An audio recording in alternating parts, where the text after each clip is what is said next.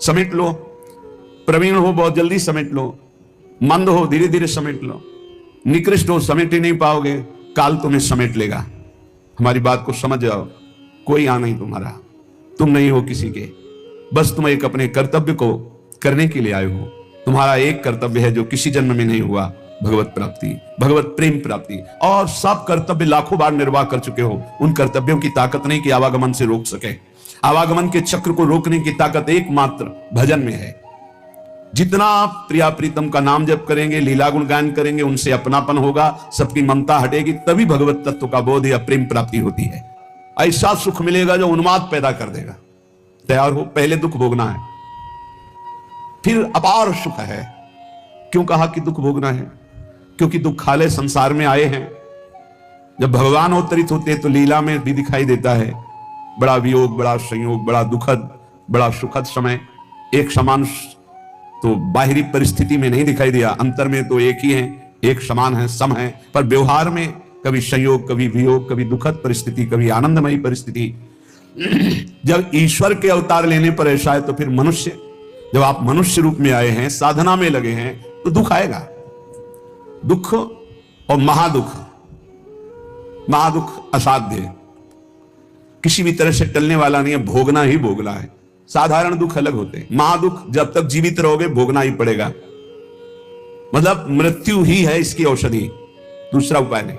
ऐसा भी दुख आएगा, सह जाओ, विचलित मत होना दुख आने पर, क्योंकि हमारे कर्म ही हैं और कोई नहीं।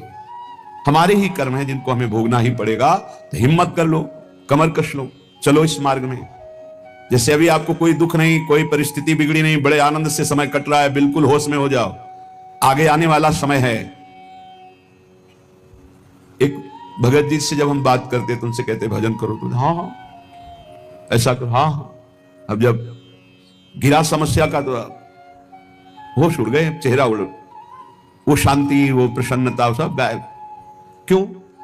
पहले से तैयार नहीं थी ना, उस दुख के लिए तैयार नहीं थे। इसलिए रोज सत्संग में आपको तैयार करते हैं। कोई असाध्य रोग हो सकता है, कोई घटना घट सकती है, कोई परिस्थिति बिगड़ सकती है, जहां से तुम्हें सुख मिल रहा है वो बंद हो सकता है, जो तुम्हें प्यार करते हो हट सकते हैं, जो तुम्हें अपना मानते हो तुम्हें छोड़ सकते हैं। ये सब पहले दिमाग में रख लो, ये बहुत अच्छा रहेगा, बहुत पक्के हो जाओगे। महासहानि दुखानि सुखान्युन्मादकानि वा। अब कोई दुख नहीं है। क्यों? जैसे अपनी घर आ जाए और पता चले गाड़ी बिगड़ गई, तो सुख होगा इस बात का कि गाड़ी को तो बिगड़ना ही था, पर घर आके बिगड़ी ये बहुत हुआ। अच्छा, अगर कहीं रास्ते में बिगड़ जाती तो गड़बड़ हो जाता, फिर पता नहीं अंधेरा हो जाता और हम अपने घर तक नहीं पहुंच पाते। लेकिन कृपा ये हुई कि जब घर दिखाई दिया कि आ गया, तो गाड़ी बिगड़ गई, तो कोई परेशानी नहीं हुई, अपनी अटैची उतारी, अपने घर आ गए। ऐसे महासुखानी, पक्का विश्वास करो, यदि आप पहले से तैयार रहोगे दुखों से लड़ने के लिए, तो आप कभी प्रश्न नहीं करोगे कि हमारे साथ भगवान ऐसा क्यों कर रहे हैं। अगर ये प्रश्न आ गया कि हमारे साथ प्रभु ऐसा क्यों कर रहे हैं, तो ना आप शरणागत हो और ना आप भगत हो। ये प्रश्न भक्त के हृदय में नहीं होते, बहुत बार सुन चुके हो। ये प्रश्न नहीं होते कि आपने दुख क्यों दिया, आज तक किसी भक्त के मुख से ऐसा नहीं निकला। आपने ऐसा क्यों किया, ये प्रश्न नहीं निकला। ये प्रश्न निकलता है जिसकी शरणागति पुष्ट नहीं होती, जिसका आत्मसमर्पण नहीं होता। तो हम पहले से महापुरुष जनों के वाक्यों से पुष्ट करते हैं। यदि आपको अभी शरीर स्वस्थ है तो खूब भजन कर लो, आगे दुख आने वाला है, लिख लो, हिम्मत रखना। बड़े बड़े महापुरुषों के शरीरों में कष्ट आया है तो पहले से तैयारी कर लो। भला हम कष्ट की तैयारी क्यों कर ले? क्योंकि हमें सुख भोगना है। जानबूझ करके जो कष्ट सा जाता है, उससे जो जानबूझकर पाप किए गए वो भस्म हो जाते हैं। तो हम पहले से महासहानि दुखानि, भक्ति मार्ग में चलने के लिए पहले से कमर कस लें। हमारा अपमान होगा, हमारे शरीर में असाध्य रोग हो सकता है, हमें कोई भारी संकट विपत्ति घेर सकती है। क्यों? क्या भक्ति मार्ग वाले को ही मिलता है? नहीं, भोगना तो सबको पड़ता है, पर भक्ति मार्ग वाले को तैयारी इसलिए करनी कोई लड़खड़ा के रुक न जाए, उसको इस क्षेत्र को क्रॉस ही करना है। इतना सबको क्रॉस करना पड़ता है। जैसे आगे की यात्रा बड़ी सुखद है, पर 1 किलोमीटर बहुत कष्टप्रद है, तो आप पहले तैयारी कर लीजिए, जल पी करके खा पी के तैयार कर कि अब हमको 1 किलोमीटर कष्ट में व्यतीत करते हुए दौड़ना है, ऐसे जाना होता है इस मार्ग में। तो खा पी के शास्त्रों का स्वाध्याय करके, सत्संग सुन करके, संतों के चरित्र सुनकर हम परिपक्व होते कि ऐसी भीषण कष्ट की अवस्था में भी मुझे भजन करना है। और भाग पड़ो, रुको मत।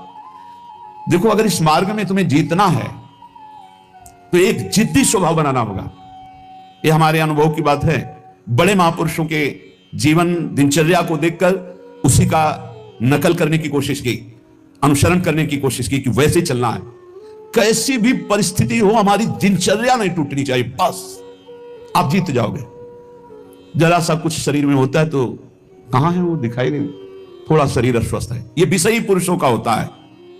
ये शब्द विषयी पुरुषों का होता है, भगवत पार्षद साधकों का नहीं होता है, साधकों का नहीं होता है। किसी भी परिस्थिति में अगर जान है तो दिनचर्या है, पकड़ो हमें, ले चलो। नहीं ऐसे चलने लायक नहीं, चलो व्हील चेयर में बैठा लो, ले चलो, ये हमारा टाइम है चलने का, चलाओ। बिल्कुल जिद्दी स्वभाव, किसी की ना सुनना, अपनी दिनचर्या को भगवान मान करके चलना, बस जीत जाओगे, जीत जाओगे। कोई भी परिस्थिति परास्त नहीं कर सकती, कोई भी परिस्थिति। केवल आप बल रखो अंदर भगवान का और अपनी दिनचर्या को प्रमाद स्थिति में मत देखो। नहीं ये तो बहुत बड़ी हानि हो जाएगी, मेरे मन को ये प्रमाद करने की आदत बन जाएगी, ऐसा नहीं होगा। हमने बड़े महापुरुषों को देखा, दिनचर्या भगवान का स्वरूप। कैसी भी परिस्थिति में यदि दिनचर्या को आपने टालना नहीं सीखा तो जीत जाओगे। हम जहां खड़े होते हैं वहीं खड़े होंगे, जिस टाइम खड़े होते हैं उसी टाइम खड़े होंगे, जिस टाइम बैठना उसी टाइम बैठेंगे, जिस टाइम लेटना उसी टाइम लेटेंगे। हर काम घड़ी से होता है, 1 मिनट का अंतर कभी नहीं। तो ऐसे नहीं, लड़ना सीखो, हारना नहीं। अपने जीवन को ऐसा बना लो मजबूत, कोई भी रोग दोष दुख विपत्ति संकट प्रभु के चिंतन से ना हटा पावे। वो देखते, प्रभु देखते मेरे लिए कितना समर्पण है, मेरे लिए अब तो कष्ट है ऐसा। आप आराम से शयन करना सीखे अगर, तो आप साधक नहीं है। आज तक कभी चलो सोया जाए ऐसा दिमाग में रख के नहीं लेटा गया है। करवट लिए बैठो, मंत्राकार वृत्ति, सीधे लेटे मंत्राकार वृत्ति। अब जब आ गई नींद आ गई, अपने समय से फिर उठ गए। हम सोने के लिए नहीं लेटते, हम लेट कर भी भजन करते हैं, भजन के लिए लेटते हैं। हम इसलिए बता रहे हैं कि इसको पकड़ो, यही तुम्हारी लड़ाई है। जब तुम खाली लेटोगे सोने के लिए तो काम वेदना और नाना प्रकार के विषय चिंतन उस समय हावी होंगे। और जब तुम भजन करते हुए भजन की वृत्ति में लेटोगे तो लेटे लेटे मंत्र सुन रहे हो, भजन कर रहे, कब सो गए आपको पता नहीं चला, निर्विकार स्थिति में। और जब जगोगे तो निर्विकार स्थिति में। और ऐसी स्थिति में जब स्वप्न आएंगे तो निर्विकार भजन वाले महापुरुषों का सानिध्य, भगवत प्रेमी संतों का संग। कैसे तुम्हें बताएं, एक से एक कोई दिन ऐसा नहीं जिस दिन एक से एक महापुरुषों का मिलन ना हो, एक से एक महापुरुषों का मिलन। क्यों?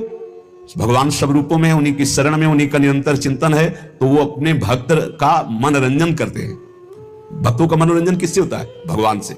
भक्त जन मनोरंजन भगवान का नाम। तो कैसे मनोरंजन? जैसे आदमी थक जाता है तो बोले अभी लगाओ थोड़ी देर देखे।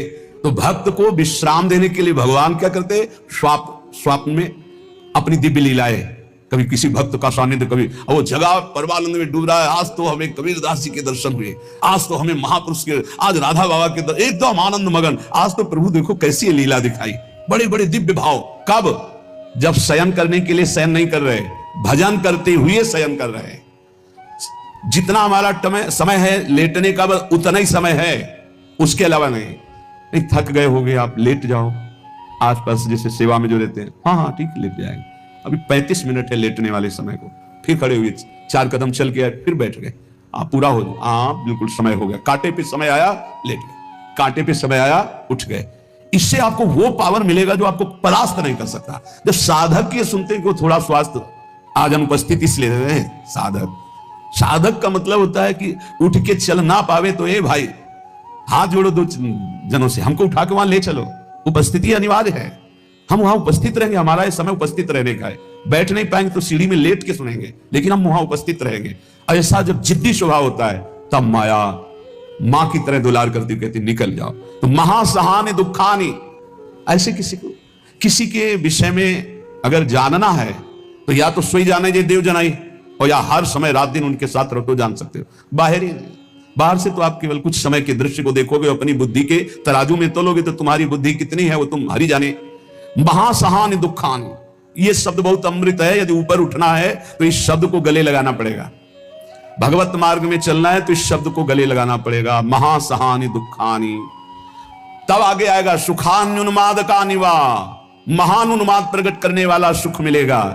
फिर वृंदावन दृढ़ प्रीति में, प्रिया प्रीतम से, वृंदावन से, नाम से दृढ़ प्रीति प्रकट हो जाएगी। खत्म संसार चक्र। महापुरुषों ने भगवत प्राप्ति के लिए, ब्रह्मबोध के लिए इस देह भाव का पूर्ण विस्मरण कर दिया। इसलिए मंद प्रज्ञास्त एवात्र मंद भाग्यास्त एव ही श्रीपाद कह रहे कि जिनकी बुद्धि मंद है वही मंद भागी होते हैं, अभागी होते हैं। मंद बुद्धि क्या है?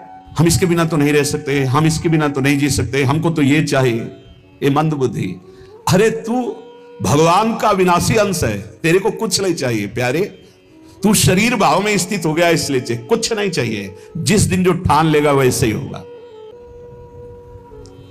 कई वर्ष अन्न नहीं पाया गया। ब्राह्मण में क्या मिलता? कभी जब कोई पूछता वैसे तो उबली हुई आलू या इतना गुड़, या कभी कोई हफ्ता 10 दिन में दूध थोड़ा दे देता, कोई फर्क नहीं पड़ता। काफी समय तक भगवती भागीरथी के परम पावन दुग्ध का पान करके जैसा इस शरीर को बनाना चाहो 10 दिन केवल कष्ट लगता है। जैसे अन्न छोड़ो तो 10 दिन परेशानी, फलाहार छोड़ दो केवल जल पे आ जाओ तो 10-15 दिन परेशानी, इसके बाद शरीर उसी में सेट हो जाएगा। वो उतने जल की खुराक में अपने जीवन को चलाने लगेगा।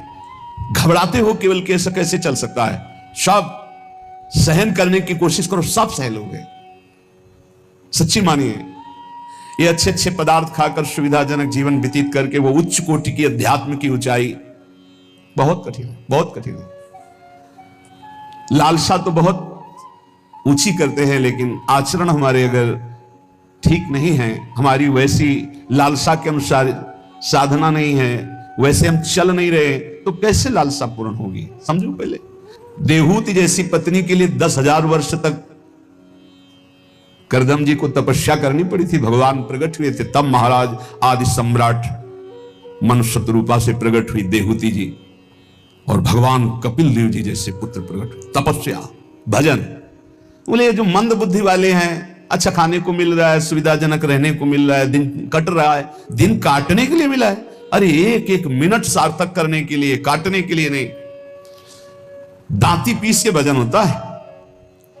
देखो हम बताएं तुम्हें अनुभव की बात, 10-5 मिनट भजन में मन लग जाएगा जो अच्छा अभ्यास किए हो। शब्द याद रखो, यहां हम खाई पी बातें कहते हैं। अगर भजन का अभ्यास अच्छा कर रहे हो तो 10-5 मिनट, बहुत बहुत 20 मिनट घसीट ले। इसके बाद वो संकल्प विकल्प खड़ा करेगा, बेमतलब की बातें सामने, और भजन को रोकने की कोशिश करेगा। चलाओ, एक मंत्र चलाना, दूसरा नहीं चलाना, एक पकड़ लो मंत्र। 20 मिनट के अंतर्गत आप हमारे अनुभव को देख लेना, एकदम दृश्य खड़े करना लगेगा। और ऐसा उल्टा चलेगा ये, बस ऐसे होता है, दांती पीस के उसको बार बार लड़ो, बार बार उसको परास्त करो, उसको बार बार परास्त। बेमतलब की बातें, बेमतलब का दृश्य, बेमतलब की घटनाएं उपस्थित करके वो मंत्र को रोकेगा। चलाओ, ये भगवत मार्ग की बात कह रहा हूं। अब 1 घंटा निकालो आप ऐसे युद्ध में, फिर आप खड़े हो आसन से, तो ऐसे खिड़की में गर्दन जाएगी, पहले कुछ देख लें, कुछ सुन लें, कुछ, और नहीं है तो ये वो अभ्यास कर ही नहीं सकता जिसके पास मोबाइल है, नहीं कर सकता। क्योंकि जब वो स्थिति आती है ना दांती पीस के इसको जबरदस्ती बस में करने की, पक्का समझो ऐसे ही करना पड़ता है। तो उसको लगता है कैसे मारो, तो लगता है इसी मंत्र से मारो, ये तभी वो विचलित होता है। बार बार बार बार बार बार पसीना आ जाता है, माथे पे नहीं मन पे पसीना आ जाता है, थक जाता है। जब लस्त हो जाए, त्राहिमाम मच जाए, तब और जिद्दी बनकर मंत्र जप करो, अभी बस में हो जाए। नहीं, इस मन को दुलार करना है, मन के अनुसार चलना है, और भजनानंदी की लिस्ट लगानी है, लिस्ट यही लगानी है ऊपर से। महान भजनानंदी, महान त्यागी संत, सुनना ये चाहते हैं और लड़ नहीं सकते 5 मिनट युद्ध इस मन से। बड़ा विचित्र खेल। तो बोले ये जो मंद प्राज्ञ है, ये निर्णय करने वाली, कुछ नहीं, कुछ समय के लिए ये शरीर मिला है, लड़ ले, जीत जाएगा, प्रभु की प्राप्ति कर लेगा। अगर इसके दुलार में रहे तो मरेगा, जाएगा, छूटेगा शरीर। तू अविनाशी है, विनाशी तेरे साथ कभी नहीं रह सकता।